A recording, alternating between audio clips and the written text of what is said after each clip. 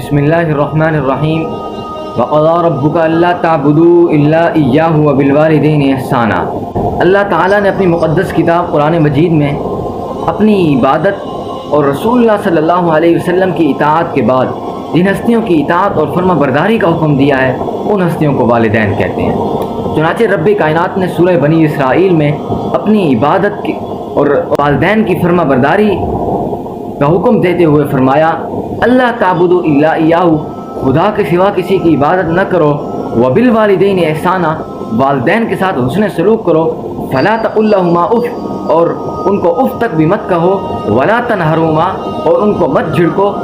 وقل لہما قولا کریما، ان کے ساتھ ادب اور نرم لہجے میں بات کرو،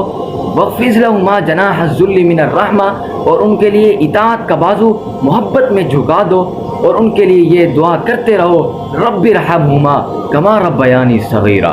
اور اسی طرح رسول اللہ صلی اللہ علیہ وسلم نے والدین کی عظمت بیان کرتے ہوئے فرمایا کہ اللہ تعالیٰ کی رضامندی والدین کی خوشنودی میں ہے۔ اگر والدین ناراض ہو جائیں تو اللہ تعالیٰ ناراض ہو جاتے ہیں، اور اس وقت تک ناراض رہتے ہیں جب تک والدین راضی نہ ہو جائیں۔ اور اسی طرح ایک اور جگہ ارشاد فرمایا کہ والدین کی خدمت کرنا جہاد فی سبیل اللہ سے مقدم ہے۔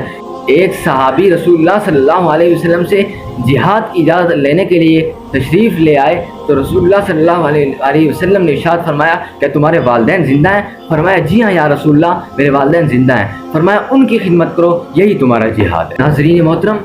والدین کے ساتھ نیکی کرنا تمام اچھائیوں اور فضائل کی بنیاد ہے، اس لیے ہمیں والدین کے حکم کی اطاعت کرنا چاہیے، والدین کے ساتھ رہ کر ان کی بات ماننی چاہیے، والدین کے ہاتھ چومنے چاہیے، والدین سے مشورہ طلب کرنا چاہیے، ان کے حکم پر فوراً لبیک کہہ دینا چاہیے، والدین کے لیے دعا استغفار کرنی چاہیے، مہمانوں کی آمد پر والدین کے ساتھ رہ کر ان کے اشارے کا منتظر رہنا چاہیے، والدین کے لیے کثرت سے دعا استغفار کرنی چاہیے، والدین کی بات درمیان سے نہیں کاٹنی چاہیے، والدین کی اجازت کے بغیر گھر سے باہر نہیں جانا چاہیے، والدین کو کسی بات پر ملامت نہیں کرنا چاہیے، والدین کے دوستوں کا خصوصاً اکرام کرنا چاہیے، اور والدین کے ساتھ حسن سلوک کرنا چاہیے، خاص طور پر جب وہ اس دنیا سے چلے جائیں تو ان کے لیے دعائیں مغفرت کرنی چاہیے۔ دعا ہے کہ اللہ تعالیٰ ہمیں اپنی عبادت اور رسول اللہ صلی اللہ علیہ وسلم کی اطاعت کے ساتھ ساتھ اپنے والدین کا فرما بردار بنائے۔ آمین ثم آمین یا رب العالمین۔